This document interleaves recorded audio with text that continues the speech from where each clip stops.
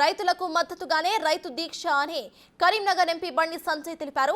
ఎన్నికల సమయంలో రైతులకు ఇచ్చిన వాగ్దానాలన్నీ కూడా కాంగ్రెస్ నెరవేర్చాలని ఆయన డిమాండ్ చేశారు.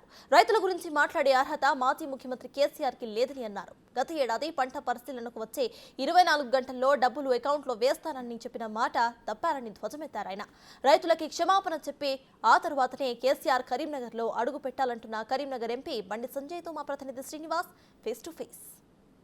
పార్లమెంట్ ఎన్నికల నేపథ్యం లోపల ఇప్పుడు రైతుల చుట్టూ రాజకీయం నడుస్తున్నదని చెప్పుకోవచ్చు. ముఖ్యంగా ఇప్పటికే బీఆర్ఎస్ అధినేత పొలం బాట పట్టగా రేపంచలి బీజేపీ ఆధ్వర్యం లోపల కూడా రైతులకు మద్దతుగా దీక్ష చేస్తున్నారు. ప్రస్తుతం నాకు అందుబాటు లోపల బీజేపీ సంజయ్ గారు ఉన్నారు. సార్ చెప్పండి, గత సంవత్సరము అకాల వర్షంతో నష్టపోయినటువంటి రైతులను ఆదుకోవాలని చెప్పి ముఖ్యమంత్రి స్వయంగా ఇక్కడికి వచ్చి గత ముఖ్యమంత్రి ఇక్కడికి స్వయంగా వచ్చి పంటలను పరిశీలన చేశారు.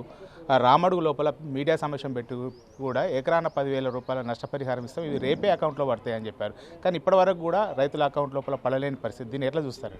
ఆయన ఎడకాకుండా వేసి పడేసిండ్రు. ఇలా ఏమైంది కేసీఆర్ బతికి ఏమైంది వాళ్ళ అలా పార్టీ పరిస్థితి ఏంది వాళ్ళ మరి కాంగ్రెస్ పార్టీ పరిస్థితి కూడా సేమ్ అట్నే అవుతుంది.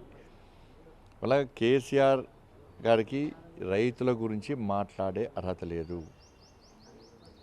ఆయన వ్యవహార శైలి వల్లనే, ఆయన నిర్లక్ష్యం వల్లనే, ఆయన మొండి వైఖరి వల్లనే ఇవాళ తెలంగాణ రైతుల పరిస్థితి అధోగతి పాలైపోయింది. సేమ్ అదే పందాను కాంగ్రెస్ పార్టీ కొనసాగిస్తున్నది. కేసీఆర్ గారు ఏం చేశారు?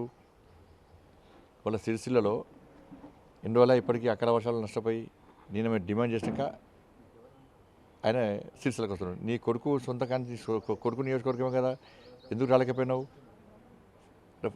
అప్పుడు ఫామ్ హౌస్లో వంటివి, ఇప్పుడు ఫామ్ హౌస్లో వంటివి. ఇవాళ మన తూతూ మంత్రంగా వచ్చి మళ్ళీ రైతు కన్నీరు కాస్తుంది. ఇవాళ ఫస్ట్ కరీంనగర్ పార్లమెంట్ నియోజకవర్గంలోని రైతాంగానికి కేసీఆర్ గారు క్షమాపణ చెప్పి రావాలి. రామడుగులో అప్పుడు రైతులు ఈ కరీంనగర్ ప్రాంతంలో, ఈ చొప్పదండి నియోజకవర్గంలో, కరీంనగర్ అసెంబ్లీ నియోజకవర్గంలో, మానకొండ అసెంబ్లీ నియోజకవర్గంలో అనేక ప్రాంతాల్లో అనేక ప్రాంతాల్లో రైతులు వడగల వల్ల నష్టపోయినప్పుడు ముఖ్యమంత్రి హోదాలో వచ్చి చిటికేసి రేపే మీ అకౌంట్లో పడతాయి, నేను ముఖ్యమంత్రి హోదాలో చెప్తున్నా అని చెప్పి పోయిన వ్యక్తి ఇలా ఎంతమంది అకౌంట్లో 10,000 ఇష్టమో లెక్క చెప్పిరాను. లెక్క చెప్పేస్తే ప్రజలు నమ్ముతారు. నేను ఇలా ముసలి కన్నీరు గారిస్తే ఓట్ల కోసం చేస్తే ప్రజలు నమ్మరు. నేను గతంలో నీ రైతాంగ వ్యతిరేక విధానాలకు వ్యతిరేకంగా నేను దీక్షలు చేసిన, ఆందోళన చేసిన, కొనుగోలు కేంద్రాలు తిరిగిన, మీరు చేసే దాడులు భరించిన, పోలీసులతో కొట్టిస్తే అవి కూడా భరించినాం, మీరు పెట్టిన కేసులు భరించినాం. ఒకసారి సన్నపోట్లు వేయాలంటావు, ఒకసారి వరేస్తే ఊరే అంటావు. అసలు నీకు ఒక ప్రణాళిక లేదు, ఏం లేదు. ఇవాళ ఫసల్ బీమాని ఎందుకు అమలు చేయలే? నువ్వు ఇవ్వవా, కేంద్రం ప్రభుత్వంతో ఇవ్వనివ్వా.